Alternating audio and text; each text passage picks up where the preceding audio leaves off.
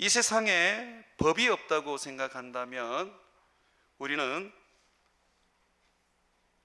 굉장한 두려움과 무서움을 가지게 될 것입니다. 법이 없다면 강한 자, 가진 자, 힘 있는 자가 왕노릇을 하면서 약한 자를 정복하고 지배하고 자기 마음대로 하고 싶은 대로 사람을 이끌어 갈 것입니다. 그래서 법이 있기 때문에 그 법이 약한 자를 보호해주고 또 그 법이 무법천지로 만들지 않고 도덕적인 사회를 어느 정도 유지할 수 있도록 만들어 주는 겁니다. 법이 없다는 것은 끔찍한 세상을 맞이할 수밖에 없다는 것을 우리는 알 수 있습니다. 그런데 하나님께서는 이스라엘 백성들이 지키던 율법을 예수 그리스도로 말미암아 완성시키고 폐기하셨습니다. 그러면 우리는 어떻게 되는 걸까요? 방종해도 되고 내 마음대로 내 하고 싶은 대로 살아도 된다는 것입니까?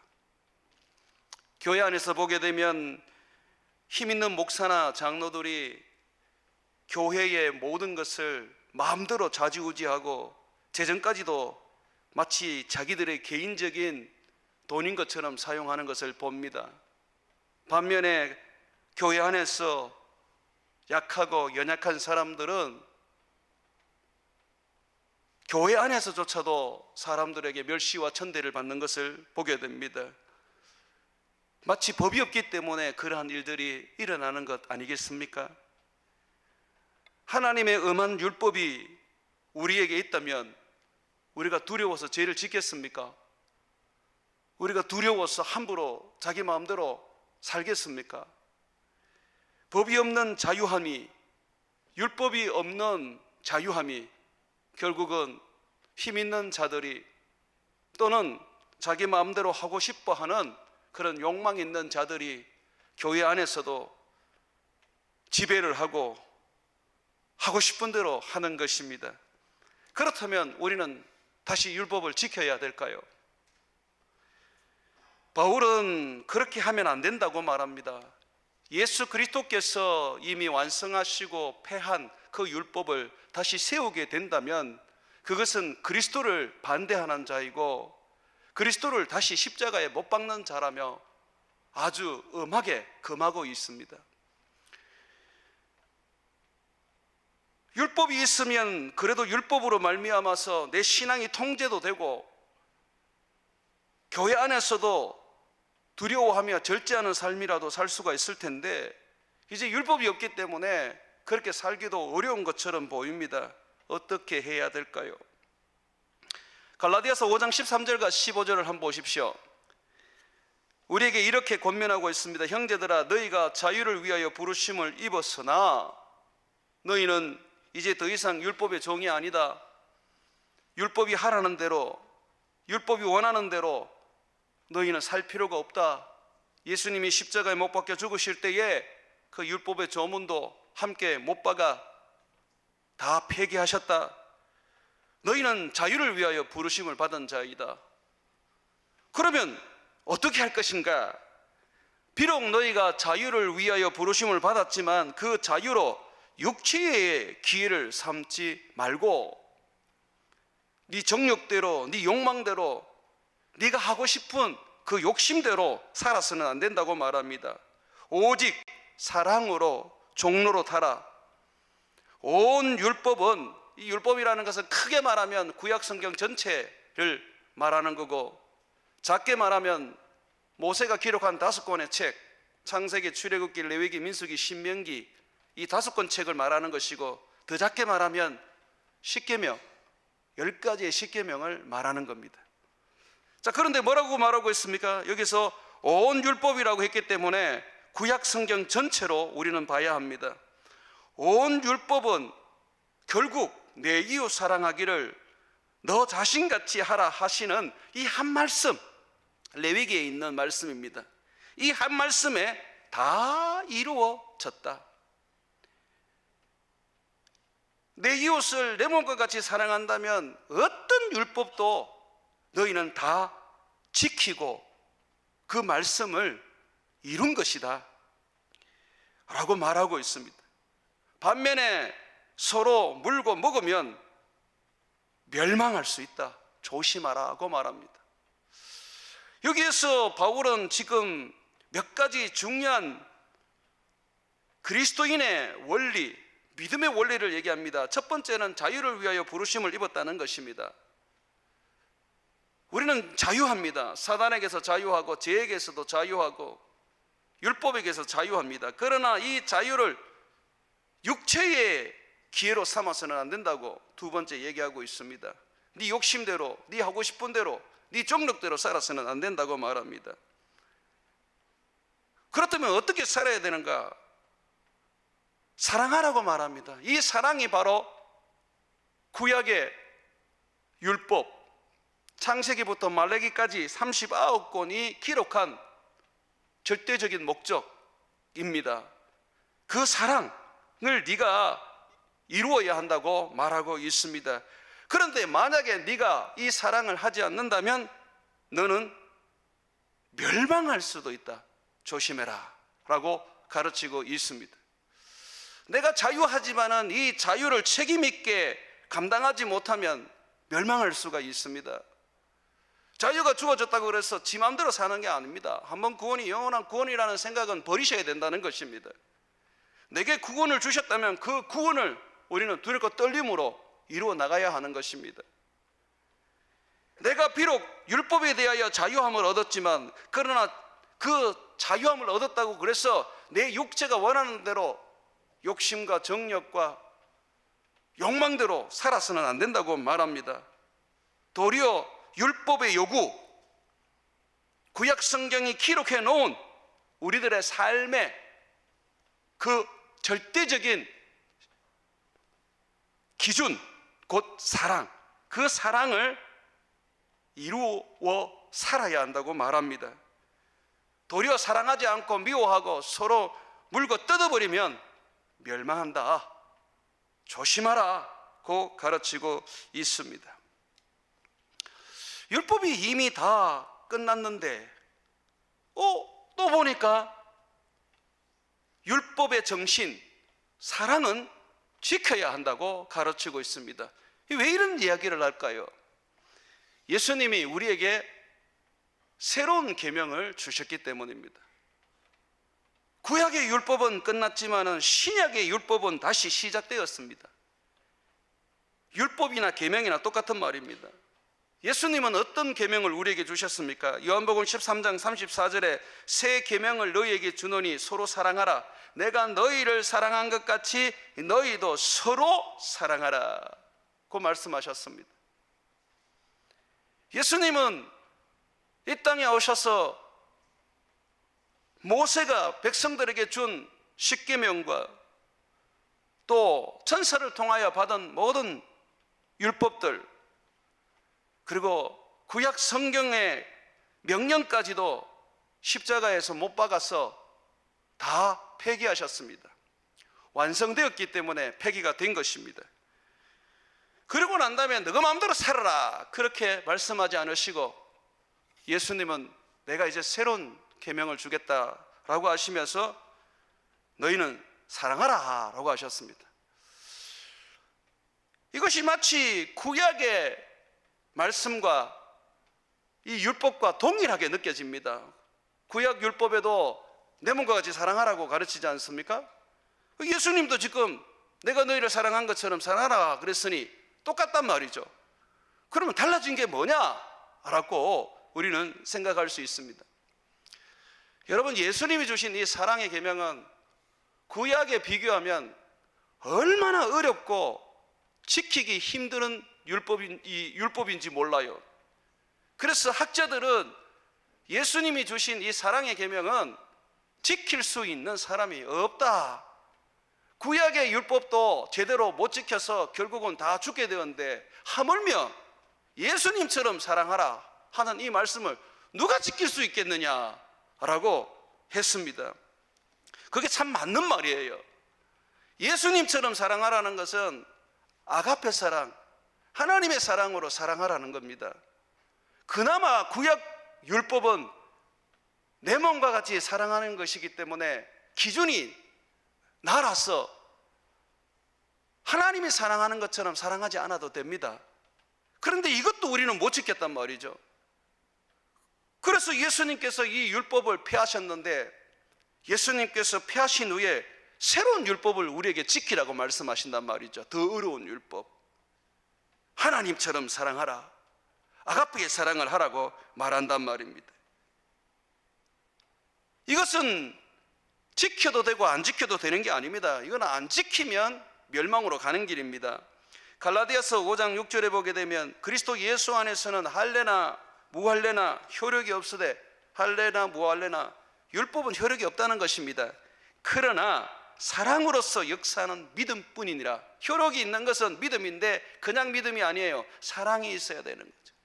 이 사랑은 예수님이 말씀하신 아가페 사랑, 예수님이 우리를 사랑하신 것처럼 사랑하는 그 사랑 위에 세워진 믿음입니다. 요한 1서에 보게 되면 네가 사랑하지 않는다면 너는 하나님을 모르는 자다. 네가 만약에 사랑한다면 너는 하나님을 알고 너희 안에 성령이 계시다는 것이다. 우리가 어떻게 하나님의 자녀인가, 우리가 어떻게 거듭났느냐, 우리가 어떻게 예수 그리스도를 따르는 제자이냐를 알 수 있는 것은 하나밖에 없다. 사랑하는 거다. 사랑하지 않으면 가짜고 거짓말이고 그 사람의 영혼은 구원받지 못했던 것입니다.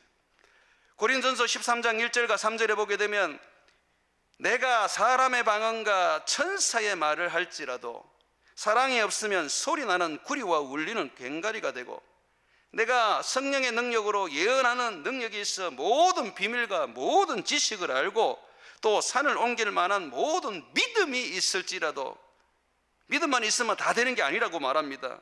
사랑이 없으면 내가 아무것도 아니요, 내가 내게 있는 모든 것으로 구제하고 또 내 몸을 불사르게 내줄지라도 사랑이 없으면 내게 아무 유익이 없다라고 바울이 말하고 있습니다. 믿음이 있으면 뭐냐고 말합니다. 네 몸을 불사르게 내어줄 수 있는 그런 헌신이 있으면 뭐하냐고 말합니다. 네가 신령한 예언을 하고 방언을 하고 능력을 가져도 사랑이 없으면 뭐하냐고 그렇게 지금 질타를 하고 있는 것입니다. 예수님이 가르친 사랑의 계명은 모세를 통하여 우리에게 가르친 사랑의 계명과는 다릅니다. 구약 성경에 나와 있는 그 사랑의 계명은 우리 예수님이 가르치는 것과 천지 차이가 납니다. 저도 어렸을 때 교회를 다닐 때 십계명을 가르치면서 그 십계명대로 살아라고 그랬습니다. 그러다 보니까 이 제4계명 안식일을 지켜야 한다라는 이 계명도 지켜야 하다 보니까 주일날을 안식일이라고 가르치면서 아침부터 저녁까지 돈도 쓰지 말고, 그리고 텔레비도 보지 말고 일도 하지 말라고 가르쳤어요. 우리 장로님 한 분이 그런 얘기를 하시더라고요. 고등학교 때에 공부를 하다 보면 월요일날 학교 시험인데 시험 공부를 해야 되는데 주일날이라서 안식일날 일하면 안 된다고 목사님들이 가르치고 명령을 하니까 12시까지 가만히 기다렸다가 12시 땡 종치면 그때부터 시험 공부를 했었다고 말합니다. 그런데 어찌 보면 우리 그 어른들은 정말 정직하셨어요. 율법을 지켜야 된다 그럴 때에 있는 그대로 지키려고 무척 노력을 했단 말이죠. 그런데 이 십계명을 우리에게 지키라고 말하는 게 아니에요. 이 십계명은요, 어찌 보면 아무것도 아니에요. 마태복음 5장에 보게 되면 예수님께서 세 계명을 하나하나 풀어주시는데 주님 뭐라 그럽니까? 네가 형제에게 라가라는 욕을 하고 미련한 놈이라고 인격을 모독하게 되면 너는 지옥불에 들어가게 될 것이다. 살인하지 말라는 이 십계명은요, 내 육체로 사람을 죽이지 않으면 되는 거예요. 그래서 유대인들이 매로 사람을 징계할 때 40대를 때리게 되면 39대만 때립니다. 40대 때리면 죽으니까 살인 안 하려고 그렇게 하는 거예요. 그런데 예수님은 말씀하십니다. 몸을 죽이는 것만이 살인이 아니고 네가 말로서 사람들에게 욕을 하고 네가 말로서 사람들을 모욕하게 되면 너는 그 사람을 죽이는 거다. 지옥에 들어갈 것이다 라고 말합니다. 간음하지 마라 하는 말씀도 보게 되면 내 아내를 두고 다른 여자와 잠을 자게 되면 간음하는 거 아닙니까? 그런데 우리 주님이 뭐라 그러냐면 네가 마음으로라도 음욕을 품고 여자를 보게 되면 그거 간음하는 것이다. 그럼 오늘날 우리는 다 죽어요. 인터넷에 들어가면 전부 다 뻘건 거 다 나오는데 그거 보면서 그냥 우리는 전부 다 지금 간음죄에 해당한단 말이죠. 그걸 어떻게 지켜요, 그거를? 모세의 율법은 그래도 내가 한 대 맞으면 나도 한 대 때릴 수가 있었어요. 내가 눈이 저 사람에게 잃게 되면 나도 저 사람에게 눈 하나는 뺄 수 있는 복수를 할 수가 있었어요. 그런데 예수님 못하게 합니다. 오른밤 때리거든 왼밤 돌려대고, 오리를 가자면 십리를 가고, 눈에는 눈, 이에는 이라고 가르치지만 나는 너희에게 그렇게 가르치지 않는다. 용서해라. 예수님의 이 계명을 우리가 어떻게 지킬 수가 있습니까? 구약의 율법을 폐지한 대신에 내가 너희를 사랑하는 것처럼 사랑하라고 새로운 율법 계명을 우리에게 주고 가셨기 때문에 우리는 이것을 반드시 지켜야 한단 말이죠. 더 어려운 문제가 봉착하게 된 것입니다. 여러분, 예수님이 우리가 할 수 없는 일들을 하게 하시겠습니까? 예수님은 우리에게 더 어려운 계명, 아가페의 사랑을 몸으로 실천할 수 있도록 하기 위하여 성령을 주셨습니다. 그래서 어느 누구도 성령이 없이는 예수님의 그 사랑의 계명을 지켜 행할 수 없습니다. 여러분들이 만약에 천국에 가게 되었을 때에 그 행위대로 심판을 받게 되지 않습니까? 그 행위의 기준이 뭡니까? 심판하시는 자이신 예수님, 그분이 우리에게 주신 사랑의 계명입니다. 예수님처럼 사랑하지 않으면 내가 구약율법을 지켰다 할지라도, 모세의 율법을 지켰다 할지라도 결코 천국에 들어갈 수가 없습니다. 그러면 우리는 어떻게 해야지만이 이 예수님의 계명을 지켜 행할 수 있을까요? 이 예수님의 계명은 육으로 지켜서는 절대로 안 됩니다. 내 힘과 내 능력으로 그 계명을 지키겠다고 하면 실패합니다. 그거는 절대로 있을 수 없는 일입니다. 예수님의 입에서 나오는 것은 영이라 그랬습니다. 그러면 이 영의 말씀을 내가 내 삶에서 지켜 행하려면 성령으로 행해야 하는 것입니다. 16절에서 17절 말씀 한번 보세요. 내가 이르노니 너희는 성령을 따라 행하라. 그리하면 육체의 욕심을 이루지 아니하리라. 내가 성령을 따라서 행하면 내 몸의 욕심, 욕망, 정욕, 이것을 우리는 다스릴 수 있게 됩니다. 사람은 절대로 성령을 받지 아니하고는 정욕을 못 이겨요. 욕심을 못 이겨요. 죄의 유혹을 뿌리칠 수가 없어요. 요셉이 자기 여주인 보디발의 아내가 유혹했을 때에 뿌리치고 이겼습니다. 그 사람 힘으로 이긴 게 아니에요. 그 사람은 처음부터 이집트에 갔을 때 성령으로 충만하고 성령이 함께했던 사람입니다. 바로가 이 요셉을 만났을 때 뭐라 그랬습니까? 성령에 감동된 사람을 세상에서 어디서 볼 수 있겠느냐고. 성령이니까 가능한 거예요. 예수를 믿는 사람들도 성령으로 살지 않으면 세상 사람들처럼 번번이 다 그냥 넘어지게 되어 있습니다.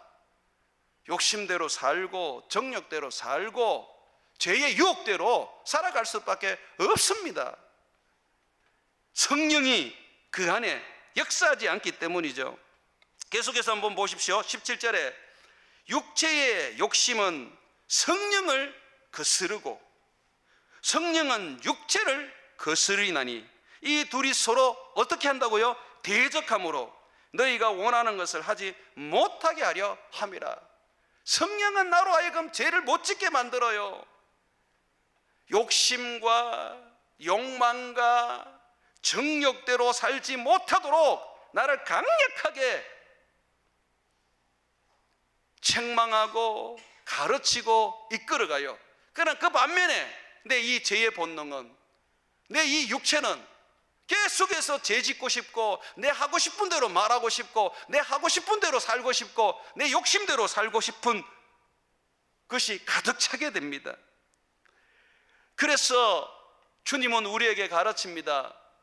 너희가 서로 물고 먹으면 피차 멸망하게 되기 때문에 너희는 반드시 성령을 힘입어 성령을 따라서 성령으로 행하여 육체의 욕심을 이겨라.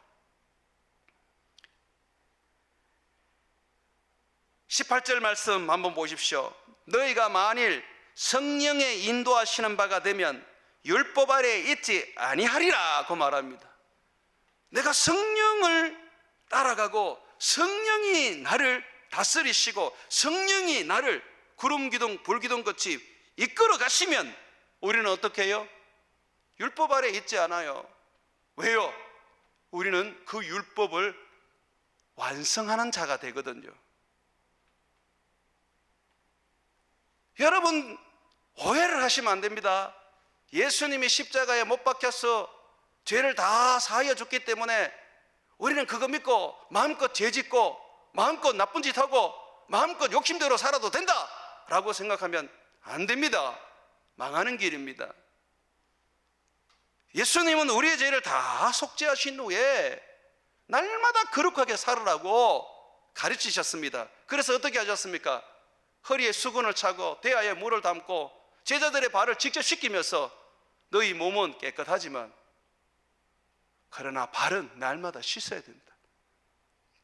너희들은 날마다 죄를 짓게 될 것이다. 그러나 너희는 그 죄를 깨끗하게 해야 된다.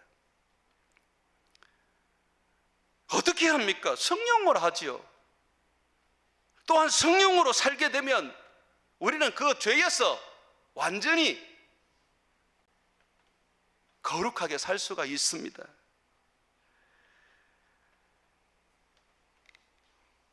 로마서 8장 4절에 보게 되면 육신을 따르지 않고 그의 영 성령을 따라 행하는 우리에게 율법의 요구, 이 율법의 요구가 뭡니까? 사랑이죠. 이루어지게 하려 하심이라고 말하고 있습니다. 여러분, 율법의 반대말이 뭐예요? 이 율법의 반대말은요, 복음입니다. 그러면 이 율법은 이스라엘 백성이 뭐로 지키고 이 율법을 따라갔습니까? 육체지요. 그런데 인간의 육체는 죄로 말미암아서 부패되어 있기 때문에 이 율법을 지킬 수 없는 거예요. 도덕적으로 살 수가 없는 거예요. 그래서 예수님이 우리의 이 육체를 십자가에 못 박고 우리에게 뭘 주셨습니까? 성령을 주셨죠. 그래서 우리는 이제 이 복음을 율법보다 더 어려운 아가페의 사랑을 이 실천하는 일을 육체로 하지 않고 성령으로 하는 것입니다. 한번 따라 합시다. 율법의 반대말은 복음이고 육체의 반대말은 성령이다. 그래서 예수를 믿는 사람들에게는 무조건 다 성령을 주님이 주시는 거예요. 성령을 못 받았다 그러면 베드로와 요한이 모든 하는 일을 중단하고 그 사람들한테 뛰어가가지고 성령 받기를 기도합니다. 사마리아 사람들이 그래서 성령 받은 거 아닙니까? 성령이 없으면 안 돼요. 바울도 마찬가지예요.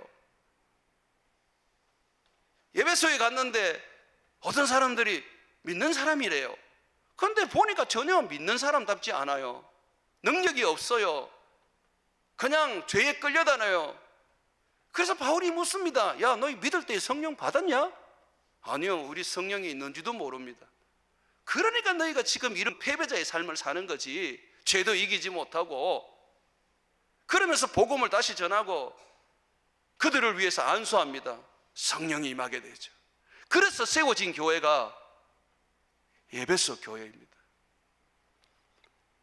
우리는 무조건 성령으로 살아야 됩니다. 육으로 살면 안 돼요. 내가 육을 입고 있어도 이 육을 위해서 살아서는 안 됩니다. 내 안에 있는 성령을 힘입어서 살아가야 하는 것입니다. 육을 따라가면 망할 수밖에 없는 것입니다. 육을 따라가면 어떤 열매를 맺습니까? 19절에서 21절 보십시오. 육체의 일은 이 육체의 열매와 같은 말입니다.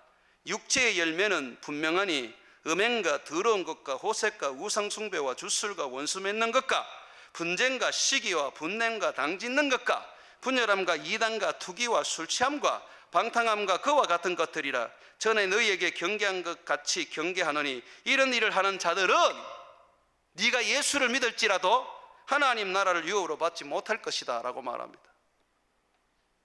여러분들 지금 내가 음행하고 더러운 짓을 하고 호색하고 우상숭배하고 주술하고 원수 맺고 분쟁하고 시기하고 분내고 당짓고 분열하고 이단을 따라다니고 투기하고 술취하고 방탕하게 살면 여러분들은 지금 육체적으로 사는 육신의 사람이라는 겁니다.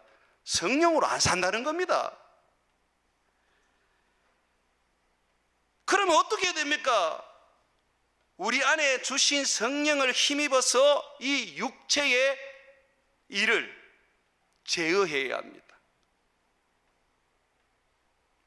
성령은 능히 우리로 하여금 음행을 버리게 하고 더러운 일을 끊어버리게 하고 호색하지 않도록 하고 우상숭배를 못하게 만들어주시고 주술이나 원수 맺는 거나 분냄이나 시기나 당짓는 거나 분열이나 이단을 따르는 거나 술 취하는 이 모든 일들을 끊어내게 만들어줍니다. 성령으로 귀신도 쫓아내는데, 성령으로 죽은 자도 살려내는데, 성령으로 병든 자도 다 일으켜 세워 고쳐주는데 어떻게 성령께서 나의 육적인 삶을 변화시키지 않겠습니까? 그러면 예수를 믿고 난 다음에 성령으로 사는 사람들은 반드시 변화되어야 되는 거예요. 옛사람을 벗어버리고 새사람을 입어야 되는 거예요. 예수님처럼 사랑해야 되는 거예요. 사랑하기 위해서 몸부림칠 수 있어야 되는 거죠. 그렇게 살지 않는다면 그 사람은 아직도 육에 속한 자요, 성령을 따르지 않고 성령을 힘입지 않고 자기 욕망대로 자기 만족대로 사는 것입니다. 우리의 육신의 이 일, 육신의 열매, 이 육신의 삶은 성령이 아니면 제어를 못합니다. 로마서 8장 12절과 14절에 보게 되면 형제들아 우리가 빚진 자로서 육신에게 져서 육신대로 살 것이 아니라, 우리가 빚진 자라요. 누구에게 빚졌습니까? 예수님께 빚졌지요. 예수님이 십자가에 못 박혀 죽으심으로 말미암아 우리는 다 죄 사함을 받았습니다. 그죠? 그러면 우리는 빚진 자입니다. 예수님께. 그렇다면 이 빚진 자로서 어떻게 살아야 됩니까? 빚을 갚아야죠. 어떻게 갚으라 그럽니까? 육신에게 져서 육신대로 살 것이 아니니라. 예수 믿는 사람들은 아직까지 육신을 가지고 있어요. 그런데 이 육신을 우리가 성령으로 제어하지 않으면 이 육신을 따라갈 수밖에 없어요. 육신에게 지고 육신에게 끌려다니는 거예요. 너희가 육신대로 살면 반드시 죽을 것이로되, 예수를 믿는다고 하면서 구원을 얻었다고 하면서도 너희들이 여전히 육신대로 산다면 반드시 죽을 것이로되, 반면에 영으로서 성령으로서 몸의 행실을 죽이면 살리니. 여기서 죽고 사는 게 몸뚱아리입니까? 아닙니다. 구원을 말하는 겁니다. 너희는 성령을 받았다고 해서 그 성령으로 말미암아 가만히 있으면 천국에 갈 것이라는 착각을 하지 마라. 성령 하나님은 전능하신 하나님이시고 심판자이시고 능치 못할 것이 없는 분이시다. 그분이 바로 우리 하나님, 사랑의 하나님이시다. 그러면 성령을 힘입어서 죄를 이기고 그분이 사랑이신 것처럼 우리는 그분을 힘입어서 사랑해야 한다. 사랑하기 위해서 내 몸의 행실을 죽이고 죄를 죽여야 된다. 그러면 너는 살 것이다. 무릇 하나님의 영으로 인도함을 받는 사람은 곧 하나님의 아들이라 고 말하고 있습니다. 내가 하나님의 아들이다, 내가 구원을 얻었다, 그러면 성령이 내 안에 있는 거예요. 그런 핑계를 댈 수가 없는 거죠. 그 성령을 힘입어서, 그 성령을 따라서, 그 성령을 의지해서 그 성령의 능력으로 죄를 이기고 육신의 욕망과 정욕을 깨트려야죠. 우리는 예수를 믿을 때에 이미 십자가에 우리의 육체의 욕심을, 정욕을 못 박아버렸습니다. 24절 말씀입니다. 그리스도 예수의 사람들은 육체와 함께 그 정욕과 탐심을 십자가에 못 박았느니라 고 말합니다. 이미 예수님이 십자가에 못 박아주셨는데 성령을 힘입기만 하면, 성령을 의지하기만 하면 끌려다닐 이유가 없는데 성령을 힘입지 않으니까 끌려다니는 거죠. 저도 마찬가지요. 목사지만은 성령을 힘입고 성령의 충만함을 받고 성령을 따라 살면 사랑할 수 있습니다. 사랑의 열매들이 나타납니다. 참고 견디고 이해하고 포용합니다. 그런데도 어제까지는 참고 견뎠는데 오늘 내가 성령의 충만함을 받지 못하고 성령을 소멸하게 되면 내 속에서 그냥 욕이 나오고 성질이 나오고 분노와 시기와 혈기가 그냥 나오는 거죠. 그래서 우리는 항상 성령의 충만함을 받아야 돼요. 주님이 주신 이 세 계명을 우리가 지켜 행하기 위해서 내 자신을 쳐서 복종하는 믿음의 삶을 살기 위해서는 내 힘으로는 안 되고 내 육체의 능력으로는 안 되기 때문에 성령을 구하고 그 성령을 힘입어서 살 수밖에 없는 거예요. 귀신을 내 힘으로 쫓아내는 게 아니라 성령의 능력으로 쫓아내듯이 내가 성령의 능력을 힘입으면 능치 못할 일이 없는 것입니다. 여러분 믿으십니까? 지금 여러분들이 그렇다면 나는 성령의 지금 이끌림을 받고 있는 사람인가?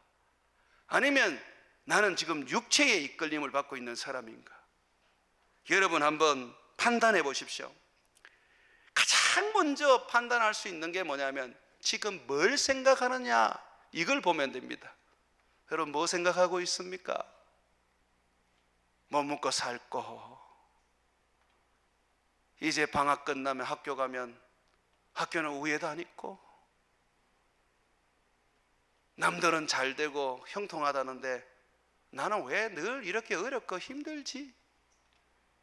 생각이 늘 염려와 그냥 부정적인 것과 나는 할 수 없다라고 생각하는 사람들, 야 어디 가가지고 그냥 로또나 되든지 안 그러나 빠찡거라도 한번 해가지고 막 좀 됐으면 좋겠다 이렇게 생각하는 사람들은 전부 다 지금 육신적입니다. 성령을 소멸하셨어요. 로마서 8장 5절과 9절을 보십시오. 육신을 따르는 자는 육신의 일을, 영을 따르는 자는 영의 일을 어떻게 한다? 생각하나니 육신의 생각은 사망이요 영의 생각은 생명과 평안이니라. 육신의 생각은 하나님과 원수가 되나니 이는 하나님의 법 예수님의 계명에 굴복하지 아니할 뿐 아니라 할 수도 없습니다. 육신에 있는 자들은 하나님을 기쁘시게 할 수 없으므로 만일 너희 속에 하나님의 영이 거하시면 너희가 육신에 있지 아니하고 영에 있나니 누구든지 그리스도의 영이 없으면 그리스도의 사람이 아니라고 말합니다. 무슨 생각을 하고 계십니까? 다 패배감, 늘 그냥 자기 학대, 늘 과거를 생각하면서 나는 안 돼, 그냥 자기에 대해서 그냥 스스로 막 학대하고 죽이는 생각, 심지어는 너무 교만해져가지고 나는 다 할 수 있어, 성령이 없어도 돼 하고 그렇게 여기는 사람들, 이거 전부 다 이게 육신이에요. 육적인 사람이에요. 육적인 사람. 그 사람들은 절대로 사랑의 계명을 지켜 행하지 못합니다.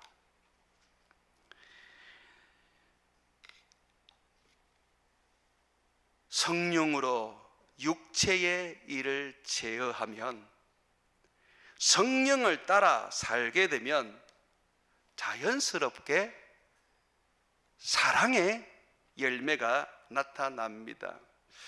여러분들이 알고 있는 이 성령의 열매, 사랑과 희락과 화평과 오래 참음과 자비와 양성, 충성, 온유, 절제, 갈라디아서 5장 22절과 23절에 나와 있는 이 9가지는요 다 사랑이에요. 여러분, 가을에 한 나무에게서 단풍이 물들잖아요. 그러면 그 단풍이 색깔이 몇 가지 정도로 바뀝니까? 작게는 4가지, 많이는 13가지 색깔로 바뀐다고 합니다.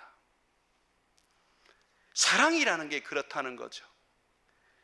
여러분, 사랑이라는 것이요 희락으로 나타나기도 하고 화평으로 보여지기도 하고 오래 참음으로 이 사랑이 드러나기도 합니다. 자비도 사랑이요, 양성도 사랑이요, 충성도 사랑이요, 온유도 사랑이고 심지어 절제까지도 사랑이라는 겁니다. 여기서 성령의 이 열매를 열매들이라고 원어는 쓰지 않아요. 헬라어 원어는 그냥 열매, 단수를 사용합니다. 하나라는 거죠. 이 열매가 하나인데 노랗게도 보이고 빨갛게도 보이고 초록색으로도 보이고 까맣게도 보인다는 겁니다. 여러분, 이것을 어떻게 우리가 확인할 수 있습니까? 고린도전서 13장 펴보십시오. 이걸 한번 찾아서 해봅시다. 고린도전서 13장 1절과 7절에 보게 되면 사랑은 이라고 하면서 사랑은 이런 거다 이런 거다 이런 거다 하는데, 오늘 갈라디아서 5장에 나오는 이 말씀 22절과 23절의 말씀과 똑같은 말입니다. 사랑은 이제 설명합니다. 첫 번째, 오래 참고. 성령의 열매에 오래 참음이 있습니까 없습니까? 있지요. 사랑은 또 뭐요? 온유한 게 사랑이다. 성령의 열매에 온유가 있습니까 없습니까? 있지요. 자, 사랑은 또 뭐로 되어 있습니까? 시기하지 아니하며 자랑하지 아니하며 교만하지 아니하며 무례히 행하지 아니한다. 다른 사람에게 예의를 지키고 그 사람을 배려하고 그 사람에게 나쁜 짓 하지 않고 선하게 대하는 것, 이걸 양선이라 그래요. 양선. 양선이라는 것은 영어로 goodness인데 말과 행동이 상대방에게 유익이 되도록 하는 나의 선택, 도덕적으로 선할 뿐만 아니라 적극적으로 선을 선택하여서 다른 사람들에게 유익을 끼치는 모습이라고 말하는 거예요.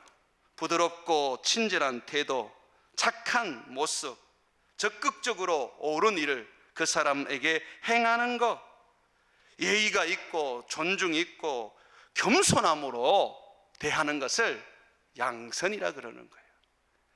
그러니까 시기하지 않는다, 그 사람 앞에 자랑하지 않는다, 교만하지 않는다, 무례하지 않는다는 것은 내가 그 사람에게 선을 행하는 겁니다. 또 자기의 유익을 구하지 않는다. 이게 뭡니까?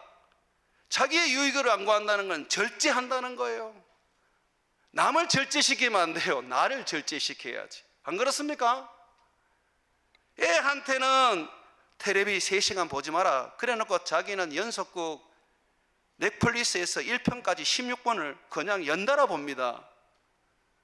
아이들한테 절제를 요구하는 게 아니라 내 삶의 절제를 하는 거예요. 어떻게? 자기의 유익을 구하지 않는 게 절제입니다. 그리고 성내지 않는 게 뭡니까? 화평이잖아요. 화만 안 내면 집안이 평안하답니다. 성내는 거, 이거는 진짜 화평하지 못한 거잖아요. 성만 안 내면 화평하죠. 그리고 악한 것을 생각하지 않는다라는 것은 뭡니까? 이걸 원어로 풀어보니까 악을 계산하지 않는다, 악을 마음에 담아두지 않는다, 내가 저 사람에게 갚아야지, 어제 나한테 욕을 했지 너도 한번 욕 얻어먹어봐라, 김 집사 나한테 욕함, 이렇게 기록해 놓지 않는다는 겁니다. 이것이 뭡니까? 자비죠. 자비. 다른 말로 하면 긍휼이죠. 긍휼. 불의를 기뻐하지 아니하며 진리와 함께 기뻐한다. 이 기뻐한다는 것은 희락을 말하는 거죠. 자, 그러면 마지막으로 모든 것을 참으며 모든 것을 믿으며 모든 것을 바라고 모든 것을 견디는 건 뭡니까? 8개 다 말해줬는데 1개 안 남았습니까? 이게 충성인 거예요. 충성이 뭐냐? 그럴 땐 모든 것을 믿고 모든 것을 참고 모든 것을 바라고 모든 것을 견뎌내는 거. 누구를 위해? 주를 위해. 이게 충성이란 겁니다. 자, 그러면 보십시오. 고린도전서 13장에 사랑은 이라고 해가지고 우리에게 표현하는 것이 갈라디아서 5장 22절에 말하고 있는 성령의 열매와 똑같은 거 아닙니까? 성령의 열매는 사랑입니다. 딱 하나의 열매를 맺습니다. 사랑. 그런데 이 사랑이 어떻게 나타나야 된다고요? 오래 참음으로, 온유한 모습으로, 절제하고, 양선하고, 희락하고, 충성하고, 화평하면서 이 사랑이 나타난다는 것입니다. 그러면 너무너무 쉽지요, 여러분. 사랑이 뭡니까? 어떤 분이 그러시더라고요. 사랑은 노동이다 라고 얘기하시는데 될 수도 있고 안 될 수도 있는 것 같아요. 그러나 사랑한다면 적어도 여러분 속에는 이게 나와야 됩니다. 온유하고 기쁘고 화평하고 오래 참고 자비하고 선을 행하고 충성하고 절제할 수 있는 이 모습이 나와야 된다는 겁니다. 적어도 이거 하나 정도는 있어야 사랑한다고 말할 수 있는 것이죠. 이걸 풀어서 설명하면 고린도전서 13장 말씀입니다. 여러분 한번 손꼽아 보십시오. 오래 참습니까? 온유하십니까? 시기하지 않습니까? 자랑하지 않습니까? 교만하지 않습니까? 무례히 행하지 않습니까? 자기의 유익을 구하지 않습니까? 성내지 않습니까? 악한 것을 생각하지 않습니까? 불의를 기뻐하지 않고 진리와 함께 기뻐하십니까? 모든 걸 참고 모든 걸 믿고 모든 것을 바라고 모든 걸 견디십니까? 세월이 흐를수록 이것이 점점 손가락이 더 꼽아져야 되는 거예요. 야, 내가 처음 시작할 때는 이 9가지 중에 아무것도 못했는데 이제는 그래도 적어도 5개는 내가 실천하는구나. 세월이 좀 더 흐르면 7가지 하네. 예수님 앞에 가는 죽을 날이 되면 그래도 주님 제가 8개는 합니다 라고 돼야 되지 않겠습니까? 사랑하는 여러분, 성령으로 살면 이 사랑의 열매가 맺어집니다. 성령으로 살면 여러분들이 이 열매가 나타납니다. 사랑인 것입니다. 그러므로 예수님이 우리에게 주신 새 계명, 사랑하라 하는 이 말씀을 우리가 지키기 위해서는 방법은 하나밖에 없습니다. 성령을 힘입어 사십시오. 성령을 따라 사십시오. 성령으로 행하십시오. 성령으로 봉사하고 성령으로 기도하고 성령으로 헌신하고 성령으로 모든 것을 하시면 여러분들은 사랑을 실천하는 자가 됩니다. 힘 풀고 내가 하려는 모든 거 다 풀어버리고 아버지의 성령을 받아서 그 성령의 이끌림을 받아 그 성령으로 말미암아 말하고 그 성령으로 행동하고 그 성령으로 살아가서 우리 주님 약속하신 사랑의 열매를 주렁주렁 다하시기를 주의 이름으로 축원을 드립니다.